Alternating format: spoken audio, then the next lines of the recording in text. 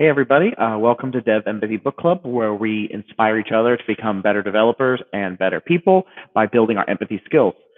Today, we'll be going over the second half of Pragmatic Programmer that we covered a month or so ago, and we'll be talking about our thoughts on the second half of the book, kind of recalling some of our interesting opinions on some of the parts of it, and going over a few questions that came up through that journey. But before we dive into anything specific, Ariel, what are your overall thoughts on the second half of the book? Did they change it all from the first half, or at this point has it kind of all blended together? So one thing that I thought was really interesting about this book is you could actually take the advice in the book and divide it up into more or less three camps. And it's not on anything about the advice itself, just based on how it was reacted to over time. So there are things in there where I read it and I was like, okay, like, what do you do? This was probably like very, very exciting and different, at the time that it was being advocated for. But like, who codes today without version control? Just as one example. So there are certain things that are sort of like just expected, that are the default today, and the book was advocating for. And so it's just sort of more interesting as an historical study than anything else. Second class of ideas, which are basically ideas that we did actually try, and it turned out that they weren't as good ideas as they seemed. And that's okay, right? But because it means that we tried stuff and we were experimenting and we're keeping the good, and hopefully we're keeping the good and throwing out the bad. And then there's a third class of ideas, which is really what we're basically reading all this for, which is the ideas that are like, oh, we never actually did try that, did we? Or we haven't tried it enough, or we talked about that for the last 20 so years, and we've never actually ran with it. So I've just found it interesting to sort of pick apart the book in that way and think about what are the things that that are here, that this just gives me greater appreciation for what we do and don't do in our programming practices, and what are the things that it might give us some insight that we've sort of missed over the years of, oh, here's somewhere where we should be going. And it also is a matter of like, well, even in the case of the practices which we found to be less than helpful, why did we find them less than helpful? Is it because we found something else that accomplishes the same purpose but better? Is it because we decided that wasn't a purpose that's worth pursuing? Or is it some other reason? And that kind of opens up certain directions of thought, which could be interesting to follow. So hopefully we'll see some of that in our discussion. Hey, Justin, what did you think of the second half of the book, or at this point the book as a whole? Yeah, as I said last time, it's really interesting for me rereading this book because I first read it, 6, 7, 8, a long time ago. And I was like, okay, cool. I'm getting into programming. I want to be serious about this. These are just the things you do. And now reading it later as someone who teaches people and mentors people, and it's just fun to see the parts where I'm like, oh wow, I just kind of assumed that as a part of my identity of how I code and never thought about it again. And then other things where I'm like, oh, I really disagree with this at this point because of learned experiences, like things that you've run into since then have changed my view on some things. And overall, though, I read the book and I go, this is definitely a book I want to recommend to people still, which is probably the best outcome in this case, which is I still think the vast majority of what it's offering is valuable to people new to programming, like to get them into this mind space. So I thought that was so good. And then in the second half, in particular, it got into a lot more, in my mind, it got into a lot more of the specifics of like running a program, running a project, running a team. Actual coding stuff seemed to be in there more, and I was like, oh, cool. It's kind of nice to kind of dive into some of this and get some of these opinions. But yeah, let's start off talking about where we actually are. So we left off chapter 4. So we'll be going over chapter 5 through 8, just kind of giving our thoughts on each one. And we'll talk about some questions. And then chapter 5 was the bend or break it, and this was talking about a lot of like code cleanliness, code smells type of approaches. Like how do you abstract? How do you decouple? How do you organize your code? And a lot of those were fun to read. Again, this is like the quintessential chapter of like, yeah, I just do things that way. But this also is when I ran into the situation of like, I love Ruby dearly, but I'm very against metaprogramming in almost all situations these days, just because of the reality of what it's like to manage even a well-maintained, well-tested program with lots of metaprogramming a decade down the road. It's a lever that's hard to pull 10%. Seems to be the situation I've come into. It seems to always be like, oh, we'll just add a little bit here. But once you kind of start that water flow, it's so much easier just kind of keep twisting it. And then when someone has to come back in, like in my situation as a consultant, with no history of working on the project, no knowledge of the decisions that were made, you end up with like a black box, which is just like, well, there's this giant dam and it's all coming through this mysterious portal. I don't really know what to do, but I need to fix it. There's a bug somewhere inside of there. What are your thoughts on chapter 5? Well, in terms of metaprogramming, I'm just going to sort of throw in that I think there's been a bit of a pendulum swing. So at the time the authors were writing metaprogramming, and you see, by the way, that the metaprogramming that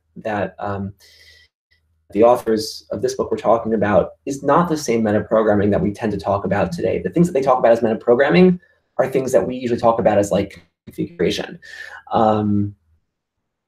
So I think they were sort of coming from a place where like metaprogramming in any sense just sort of wasn't a thing. Everything was very, very bespoke, and I think that comes a lot out of a reality where, yeah, every application basically was bespoke.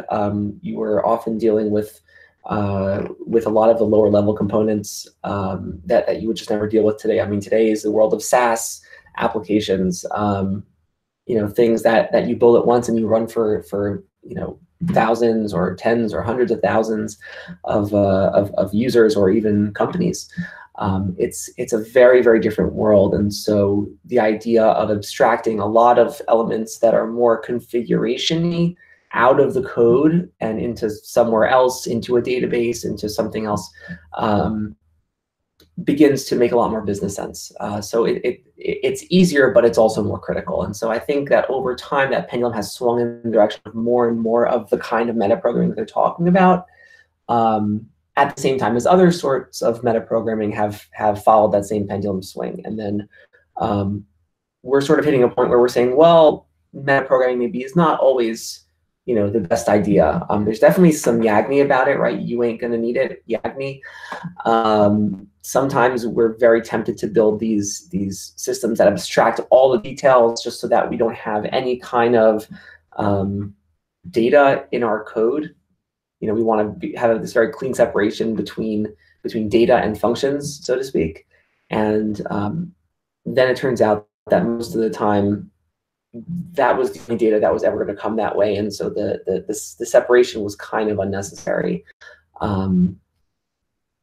There's definitely a time for that kind of approach, but it needs to be done with a little bit of domain understanding and business understanding, and I think that's sort of where the pendulum ultimately is going to fall, right in the middle of it's a really good idea sometimes, and knowing when it is and knowing when to kind of backtrack on your decision, right? Making sure that you're not deciding yes or no, and then that's the way it's going to be forever, but being flexible about that and realizing, oh, we kind of prematurely metaprogrammed this versus we didn't pull out enough of it into something that would be configurable outside the code.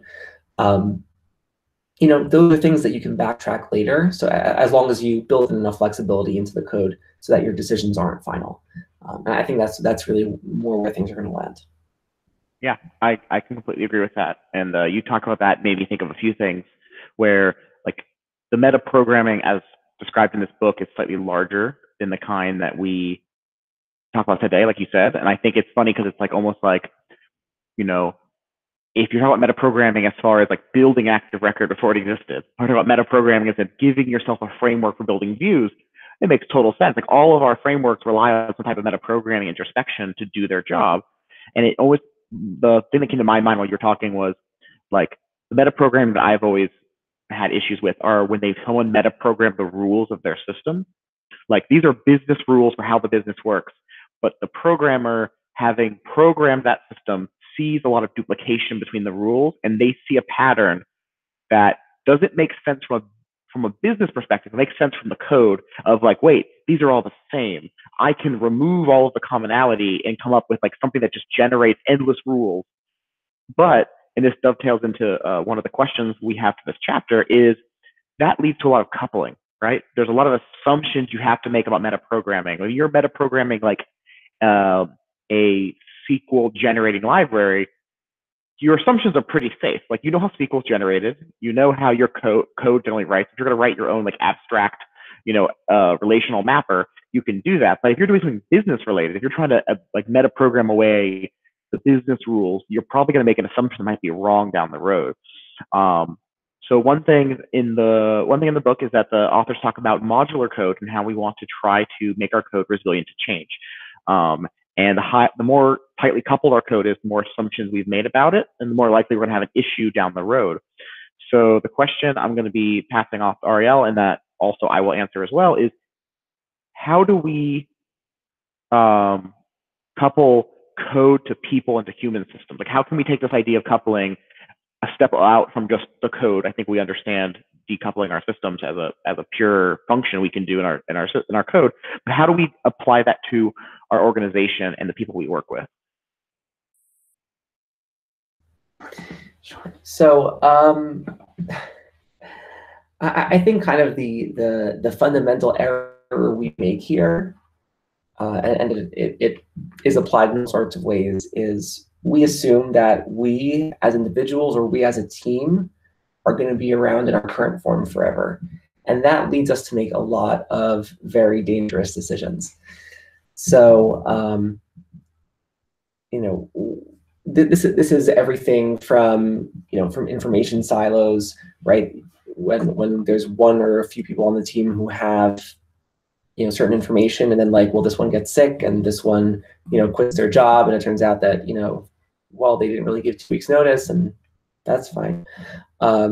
But so now like and even if they did, right, it would take them 3 months to offload certain bits of information.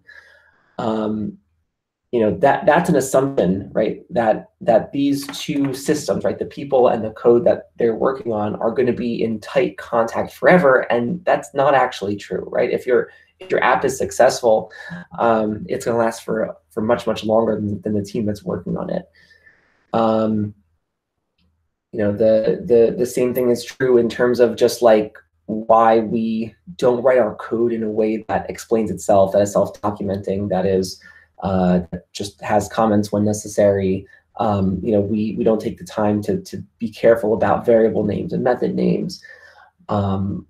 We don't have standardized ways. Like even if we do have ways of documenting code, but we don't do it in a standardized way where all the information is in one place, right? So you'll have like, well, some of the information is in Git commits, and some of the information is in pull requests, and some of the information is in like Confluence somewhere, and some is on the GitHub wiki, and some of it is in this and in that, and like there's not some of it is in emails and in Slack, and just the information sort of lives all over, and in some more, some less accessible contexts, and we sort of just assume, oh yeah, we'll always be able to find it, but we can't find it ourselves, for one thing, but also like where our future developer is going to be able to get this context from, right?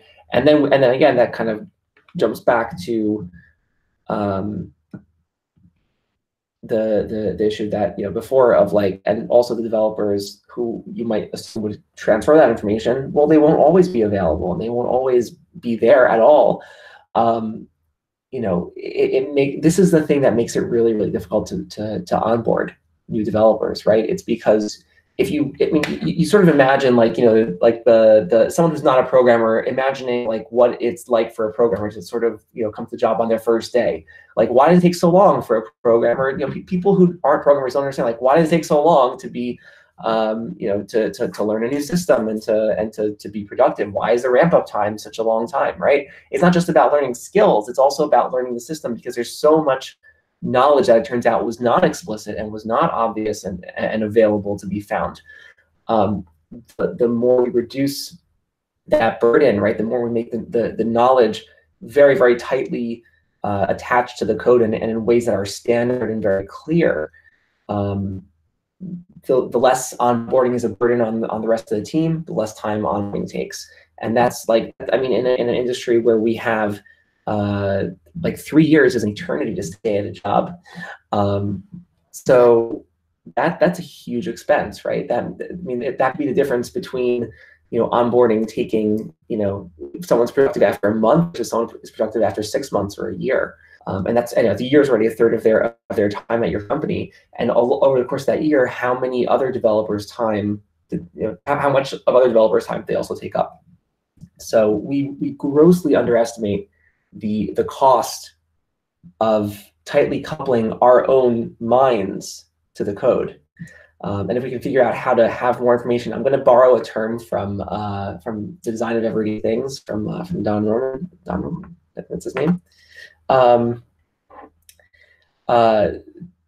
You can choose to have knowledge live in your head, or you can choose to have knowledge live in the world, right? And the more we can put the knowledge in the world and not in our own heads, the closer we put the knowledge to the code rather than to ourselves, the much lower that dramatically lower that cost is going to be.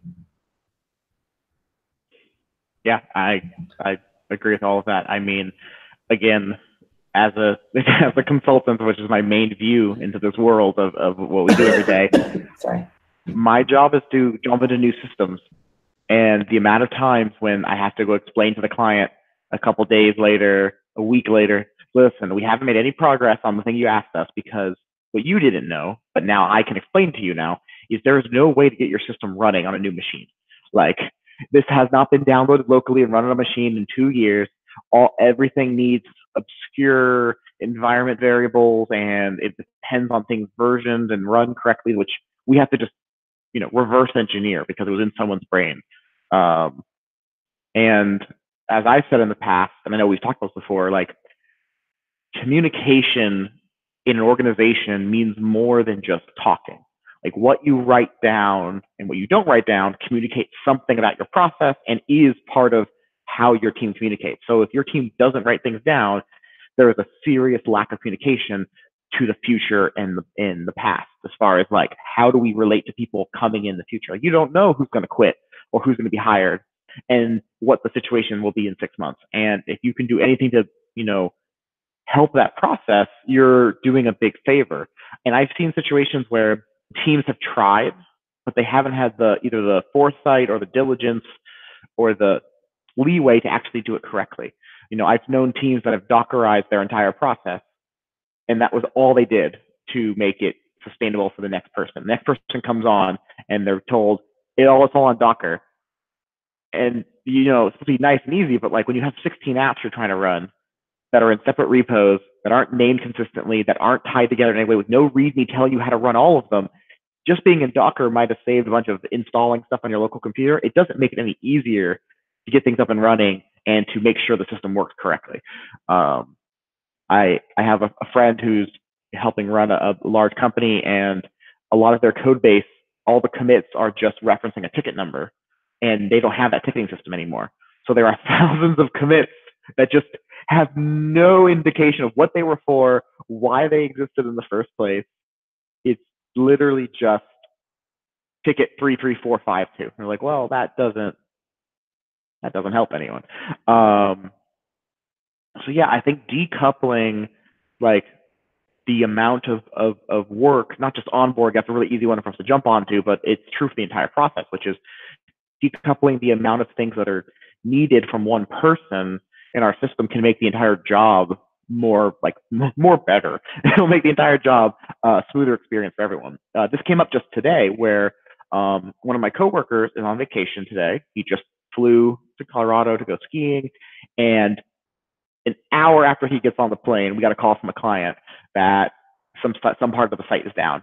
And I'm helping running triage, but I didn't want to do it, but I had to text them. I'm like, hey, I have some questions about the app because there's just a few things that weren't written down anywhere that I needed to get the info, or it would have taken that forever.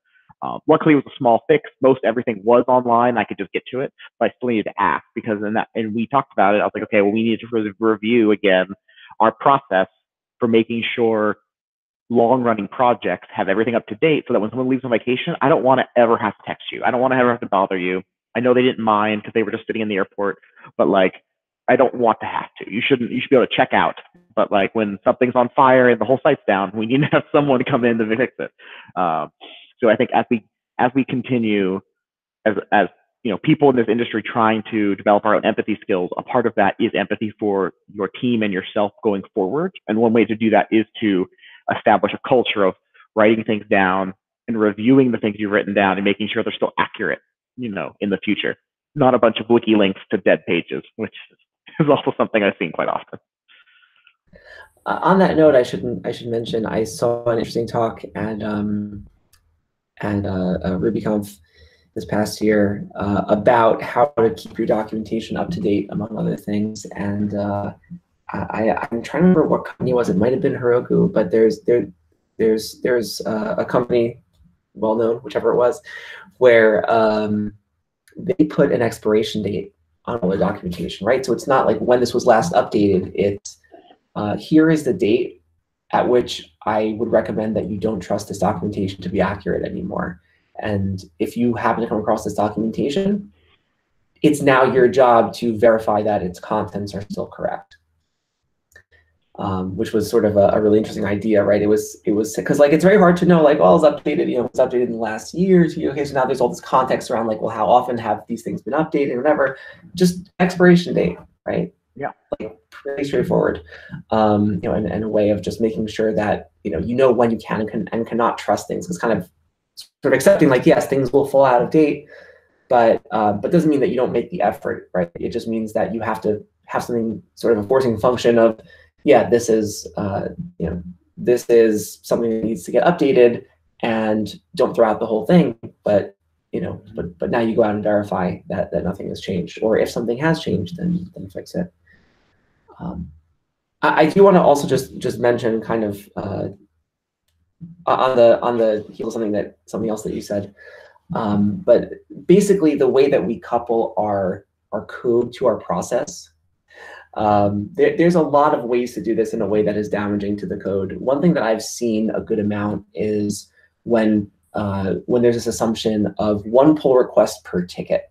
And this can take a lot of forms. It can happen for a lot of reasons. It might be like, as soon as there's one pull request in, then the QA person is going to take a look at it. There's all kinds of reasons this can happen. Another thing that I've seen is when people make I believe it is always a mistake. I sincerely believe this, of tying GitHub to whatever ticket management system you use. So like someone gets like a company brings in Jira, and the developers are like, oh, we hate Jira, but we know how to do automation, so we're just going to automate the Jira workflow based off of tickets. Well, now what you basically said is that, let's say like when a pull request gets merged, then the ticket is moved to done, right? And now what happens if you want to break down work into 2 pull requests because you decide that you want to have smaller pull requests? So now your whole system is like messed up. And you have to re-engineer the whole thing, and it becomes a headache. And it really comes down to the fact that all these management systems are forms of communication. And when you try to automate communication, that doesn't always work. And so I really had one situation where, like, I was working on a bug. I decided that, well, I can't understand this code, so I'm just going to do a refactor. I happened to tie the refactor to the ticket number of the pull request. The ticket number of the ticket that like inspired the refactor, but the refactor was not fixing anything. It was literally just a refactor. I got that merged. The ticket was moved to done, and then there was like product sent out an update of all the new things that had been done over the course of the last period of time of a week or two, and the product announced that we had fixed this bug. So it's just like this chain of things that, and I'm like, okay, so like next time I want to do a refactor, like I have to worry that someone's going to announce to the world that we did a thing that we didn't. Like, this is a horrible idea. We need to be, some things should be manual. Like, automation is great. Automate everything that makes sense to automate, but not anything beyond that. Because now you're coupling things that shouldn't really always be coupled, and that will, because the moment that two things are linked together in an if this then that relationship, you're going to do this thinking about that. And yes, it's easier. I don't have to drag tickets around in Jira, or pick your equivalent pivotal tracker. I don't know. But now I have to write my code thinking about how that's going to move a ticket in Jira, and I don't want that. So code basically is always dangerous and used with caution. Yep, I can't agree more. Not to go off on too much of an aside, but yeah, there's definitely situations that happened to me personally, but also to two other people I know, and I was just floored that it was exactly the same scenario where a developer had worked on a feature based on something that was in a ticket, made a change, but the commit just said making change described in and then ticket, and then 6 months, 8 months later, it was either a bug or it was products like, no, that's not how this feature is supposed to work. And the developers go, well, that's what the ticket said. And then the product people say, we can't find that ticket anywhere. So now they don't know if they should revert it or if they should like find out who said what that made this ticket. Like, did the developer like get it wrong, or was the ticket mislabeled?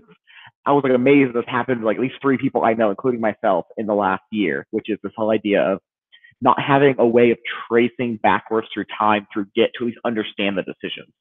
And I know that's its own topic. It's tricky to balance properly documenting just your commit messages, not just giving the what happened, but the why that happened behind it. There's a whole thing about that. But I think the crux of what we're dealing with right now is just, it's hard. Communication is hard. Proper code management is hard. And I think a lot of developers feel pressure to get things done quicker. You have pressure to get things moving. And just like where sometimes developers get in a spot where they feel pressured not to write tests, or they feel pressured not to refactor, you can feel pressured not to do the due diligence around documenting and finishing a feature, including the correct commit messages and everything. And I know I'm as guilty as anyone is about that. So it's just something we all have to think about, I think, to be more cognizant as we go forward of like actually addressing those issues.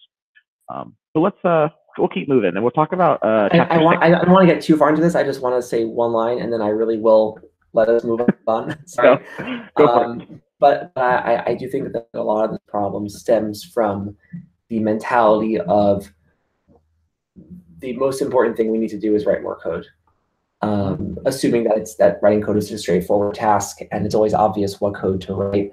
And so so we hyper optimize our IDEs, and you got to know all the bash tricks and have like the most tricked out bash profile, or no, you shouldn't use bash anymore. You should use Z shell, or like we get so obsessed with tools and saving keystrokes, and like bottom line, like none of it matters. Like, it matters a little bit. It'll make your life easier. It'll help you, get things done. But all that is so much less important than being able to talk to other human beings. And we forget that. We definitely do. And I would definitely say, in the grand scheme of things, the amount of time you'll lose building the wrong thing once for one afternoon versus the amount of time you'll lose having to debug something that wasn't properly committed will always outstrip the amount of time you save switching to Vim or building a lot of shortcuts in. Because like those are great, but those are long tail things. Those are like over the course of your career, you've saved months of time. But like over the course of a project, any mistake is going to cost you way longer than any micro optimization you may have made. Which is also goes into my same theory about building applications for web scale out the gate, but we don't have to get into that. But so moving on to chapter 6. So in chapter 6 is a chapter focusing on what we're doing while we're coding. Actually, I think even more nitty gritty than the last one. Like, let's talk about programming by coincidence, talking about algorithm speeds and some refactoring. And it was interesting to kind of see like all laid out these different what do they call them, like little sayings and thoughts about how to program. These are the ones in particular I can say that like I've just kind of assumed these as the way I program. I was like, yeah, that makes sense. I kind of flipped through it. Like, yeah, I know how these work. And it was it was good to revisit this idea of being deliberate in the things you do and understanding the background behind it. And Oriel, did you have any thoughts on the beginning of the chapter or even the algorithm stuff? Yeah, I mean, I think that the stuff in that chapter might have been very bold in its time. It's pretty uncontroversial stuff now. The stuff about evil wizards I thought was interesting. It sort of reminded me of a lot of the hate on Rails generators. And I think that they're mostly misunderstood. I think once upon a time they really were generators, but at this point they're more about an educational tool, right? It's saying when you write a Rails controller, this is more or less how it should look. Or if you really just want to build a blog machine on Rails, like sure, you could do that in about 20 minutes in Rails of whatever version. But if you're building anything of sufficiently anything sufficiently complex, yeah, it's really there just as a reminder of like, oh, here's what more or less what a controller looks like, and here's the way they should do things, and here are kind of the conventions that Rails is using. I don't think anybody takes wizards today to be like, that's how we write code. And I think it's generally understood that every time you use a wizard, the code is just not going to come out. It's not going to come out beautiful. If you have Swagger documentation for an API and you use Swagger code gen to create a client, like that's not going to be an easy client to use, and you're going to have to wrap it with something else, and you're just using the generator as a way of making there be less work for you to do, or having your code be much more closely in line with documentation and easy to update. But I think a lot of the enthusiasm around wizards has gone to a much healthier place, right? I should probably just explain for context, right? Wizards are anything that generates code for you that is eventually committed into your code base, as opposed to a library, which, yes, it also gives you a lot of code, but you're not responsible for maintaining it. It's just basically imported by your code base and used, but it's not like a wizard where it generates some file for you, and now that file is just part of your code. And the authors were basically saying, like, stop using all these wizards and just assuming it's going to work out great. You've now put code into your actual code base that you don't understand, right? Libraries are fine. You don't have to understand the whole library, but wizards are uniquely dangerous, and I think that has been more or less adopted. Yeah. You also, I don't know if you had a comment on this, but you also asked about algorithm speed. I don't have anything. Actually, I have more to say about the wizards than I do about the algorithm speed. I thought the algorithm stuff was fine. I think it's great for my own background being self-taught, but also I work with a lot of people who graduate from code schools. I think it's good reading just to like, that's something that doesn't get covered in code schools really well. So I was like, hey, it's just good to be aware of it, because performance is something to be considered once you get to a certain scale.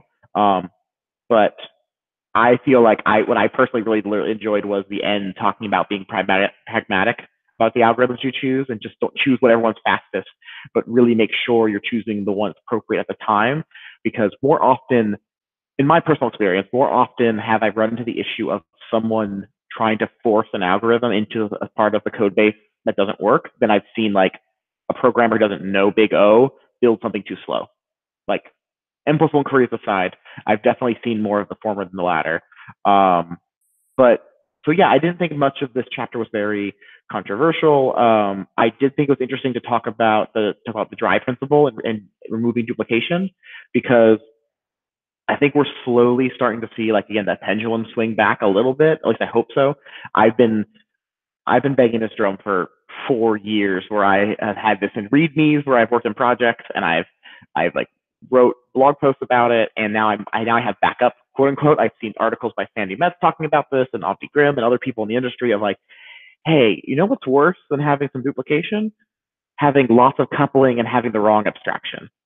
And I think no fault of the author or of anyone who does a lot of deduping through trying to follow dry. Like, I don't think there's any bad intent. I think it's just, again, that pattern recognition thing that programmers are really good at. It's very easy as a programmer. I do it all the time. I have to stop myself daily of looking at some code and being like, oh, I can see the matrix. Like, I can see through this, and I could remove every bit of duplicate code. There won't be one semicolon more than there needs to be in this entire file. But that's just like navel gazing. Like, that's just programming for your own sake. You're not improving the application. So reframing the dry principle as not repeating like sources of truth in your application or things that could compete is way more valid than repeating, call exec params. You can have that 18 times in a file. It doesn't matter unless you have a situation where they're pulling against each other. And that's a whole rant we don't have to get into. But overall, I thought this chapter was good. And the wizard thing did make me laugh because teaching at a code school for 3 years, we did Rails, and I intentionally would pretend Rails generators did not exist for like the first week or so. And then every time a student would be like, I heard about Rails scaffold. And then I would let them say, okay, fine, you can all use Rails scaffold tonight for this one assignment only. And they'd all come back the next day and they'd be like, that was awful. Because especially if you're learning, it's a great tool. If you're already a programmer and you run something like scaffold, it's very helpful for like understanding the conventions. And I still think it's great. Whenever I upgrade to a new major release of Rails, I generate a project using all scaffold because I want to see like, well, how are they changing the defaults of things? So I'm not stuck in my Rails 2.3 mindset of how to build a Rails app. And then I almost never run generators again, other than like I like model generators because save me a lot of typing. I see migrations also. Yeah, models and migrations. That everyone uses. Yeah, and I think that's a great middle ground of where you go from like a wizard to like a code gen tool. Reading that made me think of like yeoman generators, which used to be popular for a blip in time in the front end world, where you could be like, cool, I want this type of project, yeoman, and it would just scaffold you everything. But I think you really hit the nail on the head when you talk about Swagger. I think the modern version of this code gen wizard thing is like Swagger plus like there's something called for Go called Goa, which is like a Swagger for the back end. Where it's like, oh, we'll just generate you an API and a server. It doesn't really work out of the box. Aren't there some things like that for GraphQL these days too? There are GraphQL generators as well, and some of that makes sense because some of the stuff you have to generate with GraphQL is very tedious and very just like paint by numbers on a bunch of different pages. But maybe it's from reading this book years ago or whatever, but I do have this fundamental mistrust of a project that's like, just run all these generators all the time. Just keep running them, and it's fine. And I'm like, oh, I don't like that. I don't like that my source control is committing generated code because of these commands I have to run to update everything for all these layers. But I can acknowledge the web world is changing and moving. Some things we do these days are just out of scope from when the book was written, and maybe there's some more nuance that could be introduced if we were to completely revisit this these days. Yeah, that's about all I have to say on that. Okay, cool. I will say in terms of algorithm speed, so on one hand, I don't think there's really so much that's critical to know about algorithm speed. Pretty much everything I learned about algorithm speed, I learned in a 1-hour lesson at the Flatiron School back when I was a student. And that's most of what I know today. I just know more applications for the same ideas. But it's really not so incredibly complicated. I think the book does a fairly good job of summarizing the basic information, and you can run with that pretty far. You gotta know how hashes work. It's like, like what it means to look up and index an array versus, just kind of a few basic things. Like linked lists, I guess, might be good to know about. I don't think I've ever come across linked lists in real real like line of business programming. But I have come across like some, sort of straightforward algorithmic stuff. Like it does come up like, okay, I have like these 300, items, and I have this array of these 300 items, and now I have to find, which are the items that match in a certain way. And there are different ways that you could do that, and you could do it, n squared, and so you have, a whole lot of a whole lot of operations that you're doing, or you could have it be just like, exactly 300 operations, because that's how many, it takes to hash one of the sides of the comparison. So there are certain basic things that do come up here and there. They are very good to know about. They will probably help you save face if you have any traditional CS people on your team. But I don't think I would like not put someone on my team because they didn't know it.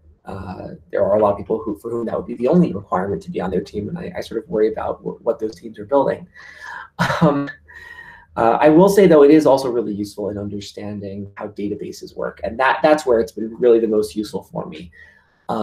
Just like knowing how to read a SQL explain. So first of all, you have to learn how to read a SQL and understand like what the numbers mean and whatever, but to understand just kind of like the order of magnitude of the operations that are happening in the database and how they relate to the amount of data that you have, that can be really, really valuable. To have at least one person on the team who knows how to do that. And so, I don't think the algorithm speed is irrelevant to day-to-day programming. I think it's mostly going to be about code that someone else wrote, right? Understanding libraries, understanding databases. It's going to be a lot more about understanding the performance implications of the stuff that you're using versus the code that you're writing yourself.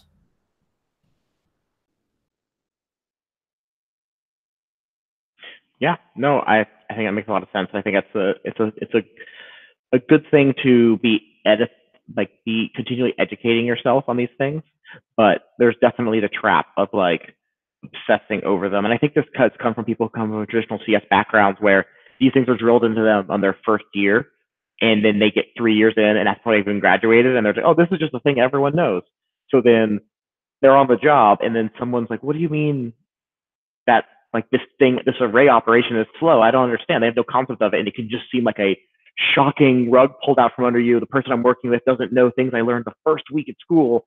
And it's like, yeah, but they could learn it in an afternoon today. So show it to them, and then you never have that problem again. And some people that I worked with that I've done that to ended up becoming like the performance experts in 6 months. Because it wasn't just that they learned it, it was that they like loved it, and they became like, oh, this is something I could be good at, and they just ran with it. And then I go back to them, I'm like, hey, remember I taught you how this works? Can you tell me how this new thing works? Because I don't know the advanced stuff, but you just dove into it. So I definitely think that's something to consider. And I really want to jump into the next chapter, but I do want to, before we do that, just briefly touch on something that's near and dear to my heart, which is a culture of testing. So also in this chapter was this background of fully TDD'd application. The project I'm working on day in, day out these days has a mandate of 100% test code coverage before your CI will even run. So like it just like bumps you if you don't have 100%. But the more general case is, how do you do that? Like the more common case, I mean, as a consultant, I see this all the time with our projects we have not to date inherited a project from another team that had tests to this point. And we have done it for dozens of projects. So it still feels like the world of programming at large isn't on board with this one yet. This one hasn't won. DHH said testing is dead. Like it's a whole thing still. So I'm curious, Ariel, what your thoughts are on like how do you instill a culture of testing in a team that's not really into it, or how does that even work? So it's really hard, and I think the reason that it's hard that's often not appreciated is part of testing is writing code that is right. That's literally the title of one of the sections here, code that's easy to test. If your code has never been tested, chances are it's also code that is not easy to test because you never created it with the appropriate seams to allow you to start testing, right? So just as one example, right? Let's say you have an application where like all the code has been stuffed into the controllers. Well, it turns out it's much harder to write a test for a web request than it is to write a test for a small, set of self-contained business logic that you might have if you had extracted that code out into a small, single responsibility object. So I think that it's not a challenge that's limited to a culture of testing, right? It's a culture of writing code in a certain way that, among other things, also makes it easy to test, but also makes your code a lot more readable. It makes your code easier to debug because you know where the responsibility for each thing lives. It's code that reduces accidental coupling between different things. So I think that actually, and this is something that I've struggled with myself, being on teams where there just wasn't a culture of testing, and I would walk into a problem and say, I kind of know how to solve it. I know how I'd like to test it. I have no idea how to write the test because it requires using the entire system just to test this little bit of functionality. And that's really difficult. And if I can't do it myself, I'm not going to expect somebody else to be able to do it.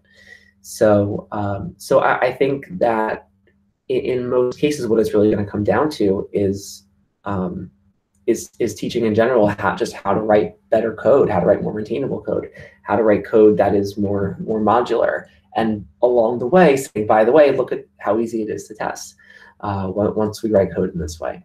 I realize it's not a complete answer, but it's more just defining the problem. But I think it's something that's worth acknowledging, that you can't just, people might be totally convinced, yes, we need more tests. We hate that our app breaks all the time and it's so impossible to debug. But writing tests is so expensive. Well, yeah, it's expensive because that's the way that you wrote the app. And it's too late to do anything about that, right? It's already there. It's already working. It's already, maybe even making some money. And you can't just tell a team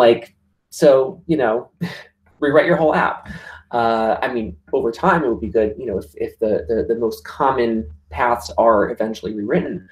But that's why I think it's a very difficult gradual process. And I think just understanding that can help us have a little bit more empathy for the teams that we do work with to try to encourage stronger testing practices. Just understanding why it's so difficult in the first place. Yep. It was kind of a trick question that I don't think there is a complete answer. You said there's a complete answer. I doubt there is one. I've worked with enough teams that I think you kind of said it perfectly at the end there. It's a long battle. It's uphill the entire time. Especially if you don't have buy-in. Even if you do have buy-in, though, we can start there. Even if everyone on the team is yeah, we're going to do testing, that doesn't make it easy. That just means you got past the door, which is cool, we're going to do this. I've worked with people who are 20-year veterans of programming, and they are just frustrated to the point of quitting because they have to write tests, because testing is a different mindset than writing code, which sounds weird, but they're parallel tracks in your mind. You can get really good at testing and you can get really good at coding, but you need to do both. And like you said, writing a system that is easy to test is better for a myriad of reasons, but it's something you have to intentionally design. You have to be intentional about, I need to make sure this is testable. And I need to make sure I am considering, how do I make this system something that's scalable and easy to debug and easy to test in the future? And running a shop where I get to pitch to clients now a lot of what we do in our process. I know the power dynamics are different than a big corporation, but I haven't found it difficult for me to convince business people the need for testing, the necessity of it. Business people want things done fast, they want things done correctly, but they also don't want things to break, and they don't want to pay for bug fixes. And writing tests does not prevent bugs by any means, but it does cut down on the amount of them. And explaining to them, we're adults, and we program things professionally. And part of that is we write tests to back up that we know we're doing things correctly. And if we get a bug, we write a regression test and we document it. They love that. And, they might not love it when they get the bill, but they love it over the course of the project when they see that they're getting less bugs than they would have had otherwise. And I think I don't think it's an easy just tell someone you're writing tests. You have to kind of like bring them on board. Like as we look at everything else we talk about in this podcast, it's communication, it's a process, it's talking to people, back and forth, trying to make that uphill climb a lot easier. Good. And I am totally realizing at this point that I could talk for an hour on each chapter. So I'm going to try not to, so we can have a timely discussion. But moving on to chapter 7, we're talking about like actual project management, which is another thing I really enjoy, which is how do we set up a project for success? How do we actually dive into a project as developers in a way that is going to improve our chances of it being a pleasant experience for everyone involved?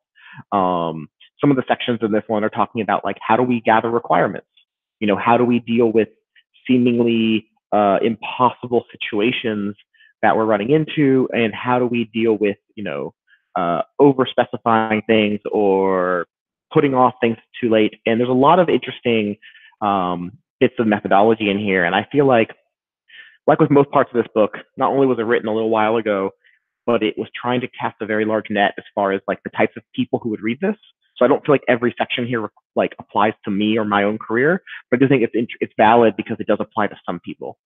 And before I hand it off to Ariel, like one example is like towards the end of the chapter, it talks about like not being stuck in like formal processes. And that's not something I've ever really run into in a team. I've been lucky that I've never run into a team where we were hamstrung by formal methodologies that were just like tearing us down. Like, oh, well, we need another UML, we need another doc, we need another flowchart.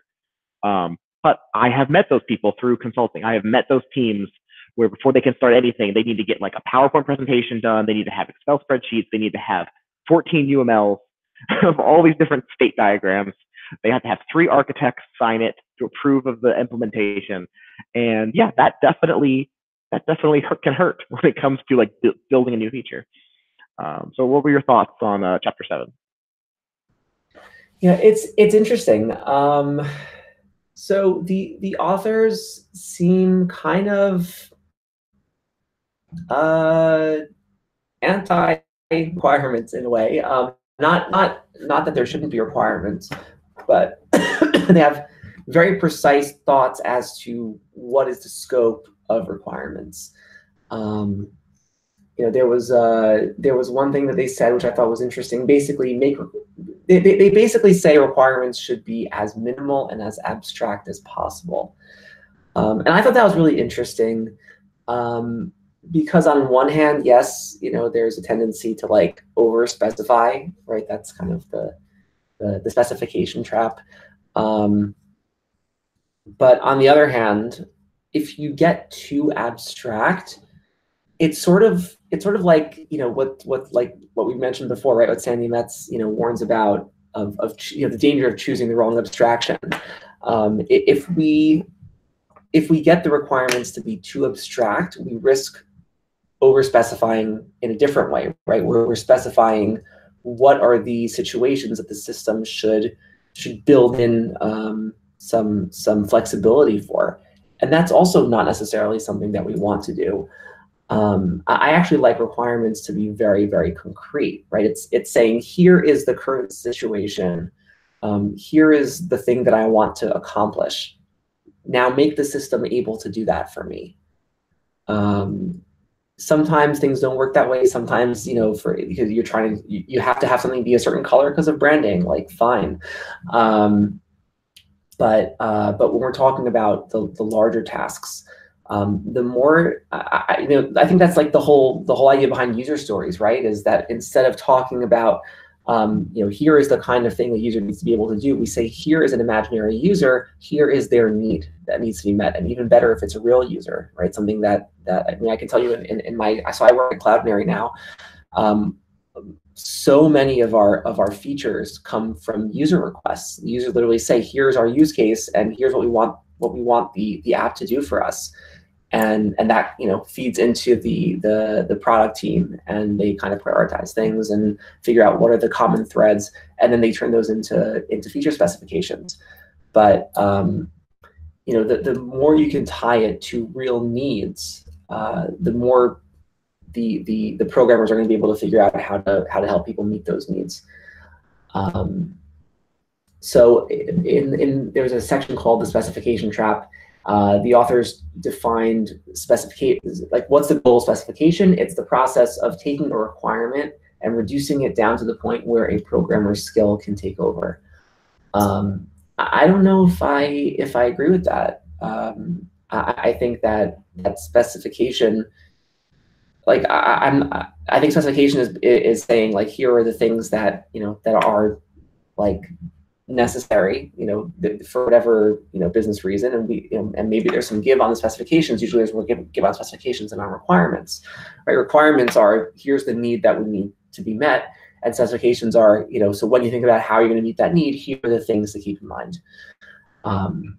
But I think it always needs to be a collaboration between, it's sort of like a funnel in a certain sense, but it's also a collaboration, right, between the users, the people whose job it is to interpret user needs, and the people whose job it is to implement the solution to the user's needs. And if those groups aren't talking to each other, you're just going to come out with an inferior quality product. Yeah, a lot of the specification part of this book, of this chapter specifically, reminded me of like OG Agile Manifesto, XP Programming by Ken Beck approach to it. I mean, we know who the authors of this book are. It makes sense that they would feel that way. I don't disagree. I think it's great. I don't want to be like, oh, that's a fine for them kind of moment. But I have found more so than any of the other type of systems we talk about that come out of the Agile movement, this type of Agile workflow I have found to be very difficult and rare to find. I've done it before, but this idea of, I get, like I was trying to get back into my explanation here, I get the idea behind the most vague, amorphous, obscure version of the criteria you can have, because if you're a programmer working on this and you've had these tools for a decade, and the client / stakeholder is sitting across the table from you, and they tell you what they want, and you build it and you show them, and they build it and you show them, like that is the ideal way of shaping this project as if it was from clay.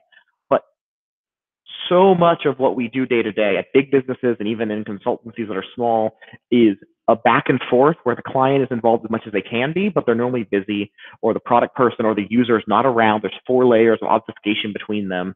And what I've found more common is the vague requirements lead to missed assumptions, like misplaced assumptions, like not like wrong-headed or completely incorrect or buggy, but like, oh, you wanted the red light? No, I wanted the green light. And like just like things that just don't make sense until the person tells you again, and you go, oh, that's what you wanted. Now we have duplicated effort, we have wasted time, or at the very least, we've wasted time in communicating. And I agree that I agree in that the other side of this pendulum of super rigid requirements where there's no interpretation at all can be very stifling and can make you feel like you're just a robot and might not actually be any better. But there's a huge swath in the middle. And I think if you were to chart these two between 0 and 100, I think I am over the 50% line. Like I would rather have more explicit acceptance criteria than less.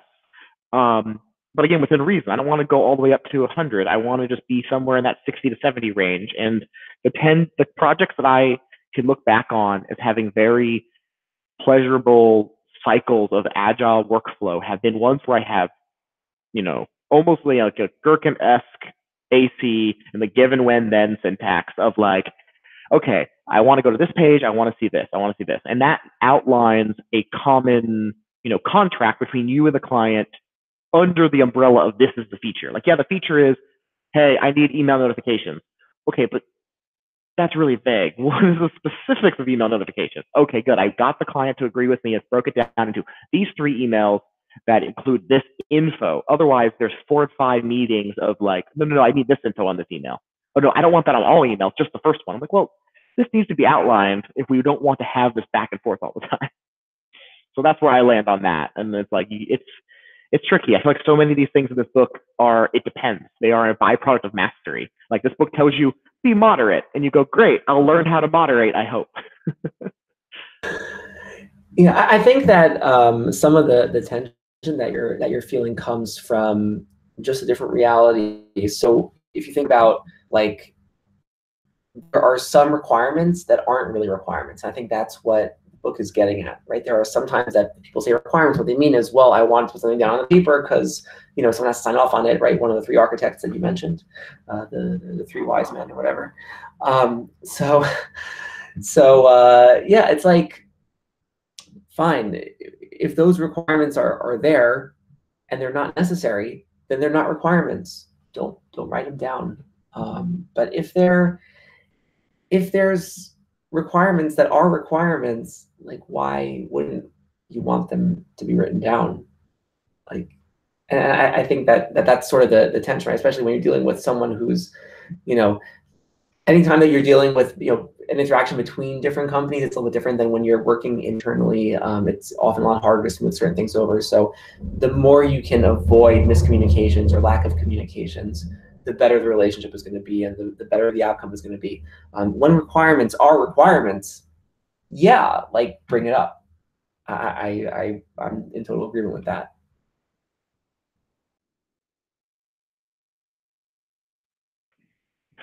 Helps to unmute yourself. Yeah, no, I completely agree with that. I don't think there's anything else in that chapter that I really could go into, barring the point that I could talk about chapter 7 for another 4 hours without wanting to do that. I'm not going to dive more into that. Yeah. And let's just kind of go on to, unless you had any final thoughts, let's just jump on to chapter 8. Chapter 8 which sounds good. Yeah, pragmatic projects and, like, pragmatic teams. Like, how do we run a full project in this ideal pragmatic way? And I love this dove into, like, a lot of cultural stuff. This dove into a lot of stuff that we've already mentioned, actually, about documentation and about how you split up your team and how you do testing and how you care about the things you do. And I want to just keep this chapter around with me. I want to, like, a smaller book to give people to read. Hey, just read this chapter. Because I think it sums up a lot of things that I really appreciate about this book and this kind of methodology. But Ariel, what were your thoughts on the closing chapter here? There we go. See, now I had to unmute myself. So a lot of the things in the closing chapter, it was sort of funny, like, reading it. So just as an example, ubiquitous automation, right? That was a section, and so it was saying, like, use cron. Like, okay, who doesn't use cron today? The question is, are you using, like, an actual, you know, cron tab file, or are you using some other system that is responsible for, you know, like, maybe you have just stuff on Lambda running on a schedule. I don't know. There's so many more tools today to do a lot of these things. Compiling the project, you know, make sure that you have a compiler. Like, yeah, like, everyone has a compiler, or you don't need a compiler because you're running an interpreted language. You know, regression tests were a good thing to talk about.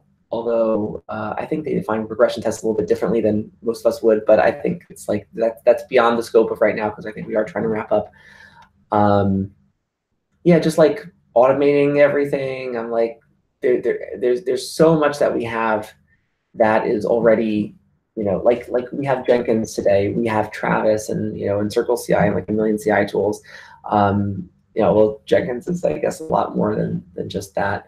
You know, we have Chef and Puppet and Ansible, and we have Docker, we have Heroku. Like, there's so many tools today that exist that take all these, you know, the elements of the project that often used to be the biggest headaches, and it's just like one click and you're done, or one command and you're done, and, like, okay, it's going to get deployed somewhere, and that's great. And you can even automate that part. So, like, every time there's a, like in Heroku, it's just, git push Heroku master. That's a deploy. It's kind of incredible. So it's nice that at least one of these chapters, the ideas are there and they've been, beyond accepted. They're just, that's kind of the standard at this point. Although I'm sure there are many companies where that's not the standard, and I'm sure that you deal with a lot of those companies in your own work. but it's, you know, it's cool that there's been a lot of changes in that regard. I thought the section on testing was really interesting. You know, when to test and how to test and what to test. You know, it was sort of funny for me to read, like, you know, you should make sure that there's like a way to automatically, you know, like to automate your test suite so that you could just run like a single command and it'll run. Like, okay, so what language is this not done today? You know, whether you're using JUnit or PHP unit or you know, RSpec, or I forget what the standard in Python is, or, you know, whichever is, you know, this week's standard of JavaScript testing. Just seems pretty popular, but everyone sort of has that now. But there's a lot more stuff there about like what are the things that that you should be testing. Basically looking for all the points that are risks in your application and making sure that there's tests for that. That was, I thought, a very, very valuable thing to take away from that chapter, because it's a very different perspective on testing, right? Usually you think of testing as waiting to ensure that your code is correct, right? And they're saying, no, the goal of testing is risk mitigation, right? It's making sure that, right, every bit of code that you have is something that can break. So you want to make sure there's something that's constantly making sure that it's not broken. Well, what is broken? Broken could mean that it returns the wrong values. Broken could mean that it's raising an error. Broken could mean that that there's a usability problem, right? And I somewhere there was this line which I wish I could find, but basically saying a usability problem. Here we go. Failure to meet usability criteria is just as big a bug as dividing by 0. I thought that was just a beautiful line, and very, very true, and something that we often fail to appreciate. So all these things are elements of risk, and the more that we can test them, I think, like, I mean, there's a few tools now. There's Applitools and Percy, which are for testing UIs. Like, you'll look at like a diff on, you know, on the before and after of, you know, of the UI itself, right? You know, looking for just visually things that have changed that you might want to be aware of. And I think it's incredible that we have these tools today, and we can test on a much higher level. You know, there's accessibility testing, which the authors did not mention. I think we're much more aware of that today. There's a long way to go, but making sure that there are automated accessibility tools. I really hope that the same way that everything else in testing has been made so easy, that we can also automate a lot more accessibility testing as time goes on. Yeah, just to quickly punch on that very last thing you said, I would love if we could get more, you know, automated auditing tools for like accessibility things, for things related to, you know, ADA or other types of regulations, where like, hey, like, it would be great if we could just know where we have these issues and we can fix them. I mean, even better than that would be if our libraries and our tools started to come with accessibility in mind from the get-go, so that they was more standard. I mean, that would be really helpful.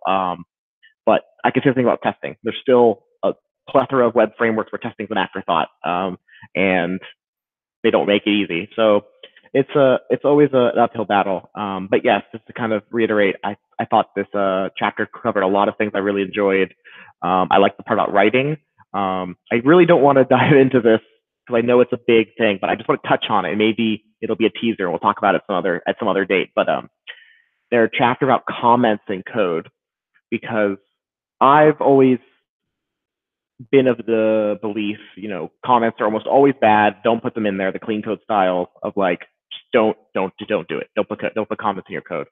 But that's not all comments. Not all comments are created equal. Like a single line comment at the end of the line that just says "fix me" is not the same as like documentation comments. Or something that I've seen in more recent projects that have been very well maintained are comments that do this, what it says, this explains how a certain part of the app works in a way that I can't express how many hours it probably saved me to come to a somewhat complex part of the system. Not bad, not horribly maintained. It has tests. It's just the test. There's a 300 unit test in our spec. Okay, I can read all of the its and kind of understand what it does, but I can go to the code itself, and there's like a paragraph and a half all commented with the person's name and the date when they wrote it, explaining how the system works and how it should be used. And it's not just like documentation of like, oh, you pass X and it returns A. It's like, no, no, no. This is how it works. This is why it works this way. And I was just like, oh my God, this is amazing. Like, I need to see more of this. And I think it's not perfect in any way, but I do think the idea of the comments are not an evil in and of themselves. I think there are ways of documenting your code with comments in a way that makes it easier for people coming after you. But finding a way of doing that that doesn't lead to all the situations in clean code of them being incorrect in the future is something we haven't quite solved yet. But overall, I think we'll leave it at that. I love that it leaves off on expectations, and like expectation management is something you do in every project. And I'm going to manage expectations right now by giving my closing thoughts on the book, and then letting Ariel give his. So I've already said this twice today, but I like the book a lot. I'm going to keep it on my shelf. I'm definitely going to be recommending it to people in the future, and have conversations just like this around my office whenever someone else finishes it. Yeah, and Ariel, anything else you wanted to touch on before we close out? Not a whole lot. Sorry, not a whole lot. I enjoyed the book. It was an interesting read. I was a little bit disappointed in terms of the number of things that I found in the book that either I already knew or are sort of generally accepted to be anti-patterns or anti-practices. Is that a word? At this stage of the game. But at the same time, there was a lot of good stuff in there, a lot of really good food for thought. I would give it a reread. I would recommend it to people. I wouldn't necessarily recommend it to people at a very early stage in their careers. I think there are certain things in the book, there's a lot of like, you should this, you should that, should. And I think it can be overwhelming to a new programmer. I think it's better. I think a healthier target would be somebody who already has spent some time in the field. Not necessarily a lot. I mean, it could be a year or two, but who's not going to get overwhelmed by this author of the book or these two authors who have both Agile Manifesto signatories are saying that I should be doing this and I should be doing that, and so therefore I have to go do those things. Like, it's got to be someone who's going to relax about it. So with that caveat, yeah, I would definitely recommend it as well. Yep. All right. Do you want to mention our next book potentially? Yes. So our next book, it's actually going to be 2 books.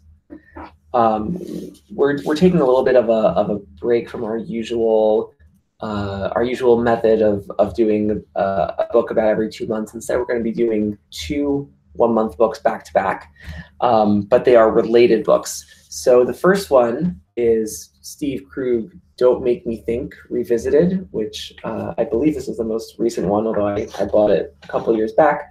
From 2014, so still fairly recent. It's a book about web usability. So a little bit going back to like the design kind of book, which I think is really valuable in just understanding user psychology, understanding how people are going to use the things that we build for them, and this is kind of the more practical companion to that book. It's called Rocket Surgery Made Easy. Yes, I think the author knows that rocket surgery is a mixture of rocket science and brain surgery, so it's rocket surgery.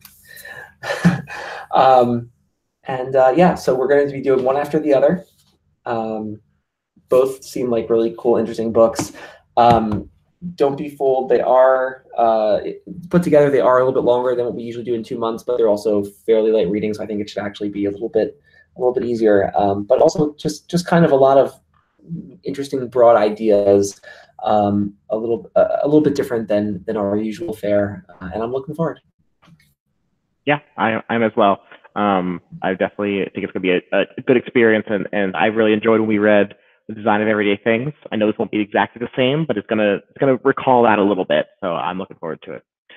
All right. Well, with that, thanks again for joining us today. You can stay updated about Dev Empathy events by following us on Twitter at Dev Empathy. And of course, don't forget to join us on Slack using the link on our site, devempathybook.club is the name of the website. So we're looking forward to interacting with you and growing as a community as we try to become better people and better developers.